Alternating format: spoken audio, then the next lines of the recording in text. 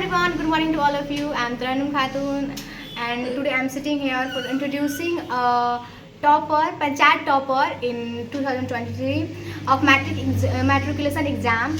In this video, so आज मैं यहाँ हूँ ताकि मैं आज ऐसे शख्सियत का नाम लेने जा रही हूँ जो पंचायत की टॉपर रह चुकी है मैट्रिकुलेशन एग्ज़ाम में 2023 की।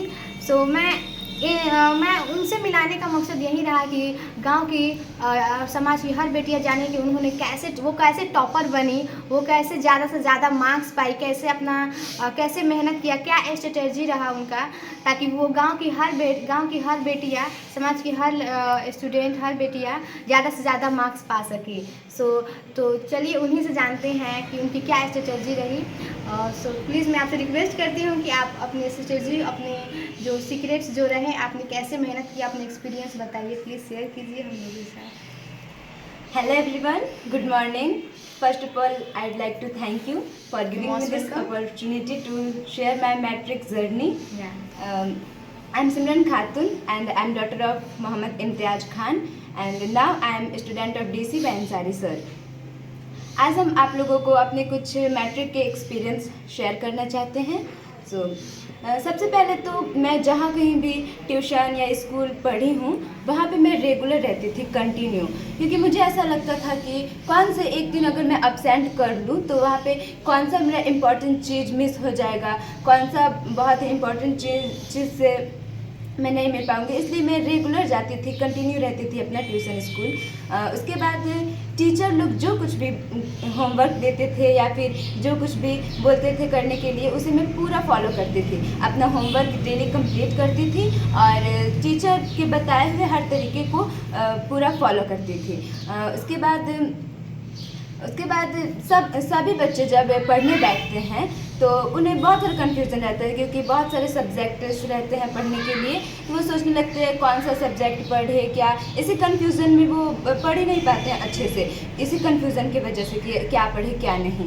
तो इसके लिए मैं क्या करती थी कि डेली रात को अकेले कुछ समय खुद के लिए देती थी और नेक्स्ट डे क्या पढ़ना है, कैसे पढ़ना है, इसका पूरा प्लानिंग एक दिन पहले ही कर लेती थी रात में कि कल कौन कौन सा सब्जेक्ट पढ़ेंगे, क्या क्या पढ़ना है, कौन कौन सा टॉपिक कंप्लीट करना है।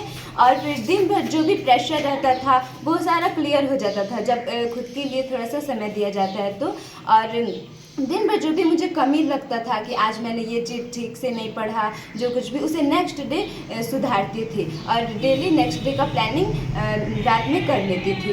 और उसके बाद बहुत सारे लोगों से हम सुने हैं कि ये टाइम पढ़ने के लिए अच्छा रहता है, सुबह में ज़्यादा माइंड फ्रेश रहता है। हाँ रहता है, लेकिन बहुत सारे बच्चों को होता है कि वो उनका अलग अलग टाइम पे पढ़ने में इंटरेस्ट रहता है। जैसे कि मुझे सुबह में पढ़ने में इंटरेस्ट ही नहीं था, सुबह में जब भी पढ़ती थी मुझे नींद लगने लगता था, मुझे रात में पढ़ने में इंटरेस्ट था, तो इसलिए मैं रात में ही पढ़ती थी और सुबह में मुझे नींद लगने लगता था। तो इसलिए सबसे कहना है कि टाइम कोई इम्पोर्टेंट नहीं है, आपको पढ़ने में जब इंटरेस्ट लगे, जब आपको लगे कि मैं अभी पढ़ूंगी तो मुझे समझ आएगा, तभी आप पढ़िए। ये नहीं कि ये समय पढ़ने के लिए अच्छा है, इसी टाइम पढ़ना चाहिए, ये समय बुरा है, इस टाइम नहीं पढ़ना चाहिए, ऐसा नहीं है। जिस टाइम पे आपको इंटरेस्ट लगे, आपका मन करे, उस टाइम पे आप पढ़िए।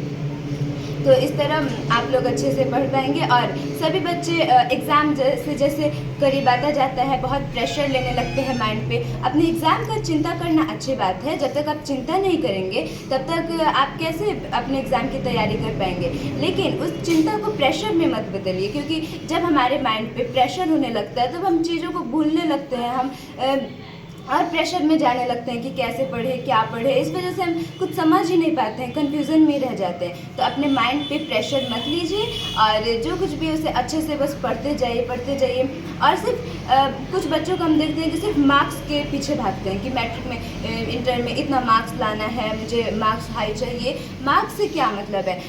जब आपका फुल फोकस नॉलेज पे होना चाहिए। जब आप ये सोचिए कि मुझे नॉलेज चाहिए, कहीं से भी बस मुझे नॉलेज, जब आपका नॉलेज अच्छा रहेगा तो खुद ब खुद ही आपका मार्क्स अच्छा हो जाएगा। इसलिए मार्क्स के पीछे नहीं, नॉलेज के पीछे भागिए। जब नॉलेज आपके पास रहेगा तो मार्क्स ऑटोमेटिकली आ जाएगा। तो इस तरह ये मेरे कुछ एक्सपीरियंस थे। आई होप कि आप लोगों को समझ आएगा, आप लोग फॉलो करेंगे। So thank you so much for watching this video. Bye bye. Million thank you Simran कि आप हम लोग के साथ जुड़ी और अपना एक्सपीरियंस शेयर किया। सो thank you everyone. Hope so कि आप लोगों को ये जो स्ट्रेटेजी आपने उन्होंने जितना भी एक्सपीरियंस शेयर किया आप उन्हें पसंद करेंगे और आप भी इसे फॉलो करेंगे, ताकि जो भी समाज की बेटी और स्टूडेंट है वो सक्सेस के टॉप पर पहुँचे और ज़्यादा से ज़्यादा अच्छा नॉलेज पाएँ। So thank you to everyone for watching this video.